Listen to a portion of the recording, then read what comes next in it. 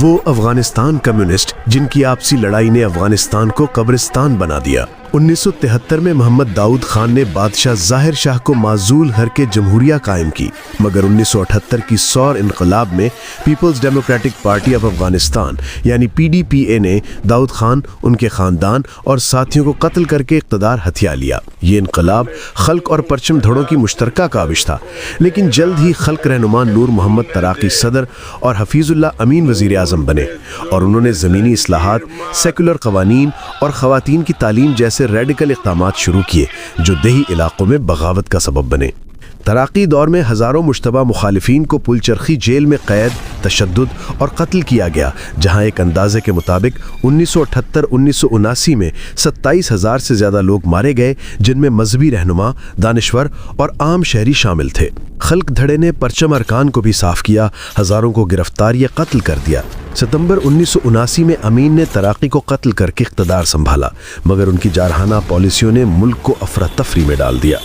دسمبر 1979 میں Soviet union نے حملہ کر کے امین کو ہلاک کیا اور پرچم رہنما ببرک کرمل کو اقتدار دیا، جو 1986 تک رہے۔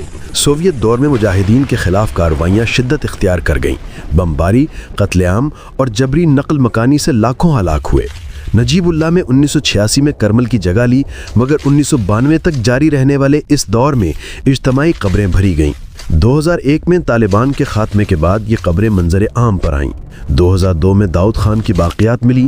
2006 میں کابل کے قریب پل چرخی کے پاس 2000 لاشیں دریافت ہوئیں، جن میں گولیوں کے نشان اور ٹوٹی ہڈیاں تھیں۔ 2008 میں داؤد خان کے خاندان کی 2 اجتماعی قبریں یعنی 16 اور 12 لاشیں ملیں۔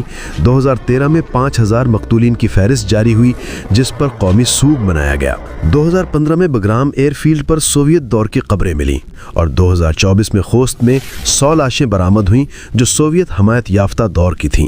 یہ قبریں افغان کمیونسٹوں کی آپسی خون ریزی یعنی خلق بمقابل پرچم اور عام شہریوں پر ظلم کی گواہ ہیں، جہاں ہزاروں کو رد انقلابی قرار دے کر زندہ دفن یا گولی مار کر پھینکا گیا، اور آج تک انصاف کی تلاش جاری ہے۔ افغانستان سیریز کی تمام ویڈیوز دیکھنے کے لیے ہمارے پچھلی ویڈیوز دیکھیے۔ ویڈیو کو لائک کریں، چینل کو سبسکرائب کریں، بیل نوٹیفیکیشن کو دبائیں اور کامنٹ کر کے بتائیں کہ اگلی ویڈیو کس ٹاپک پر بنائی جائے۔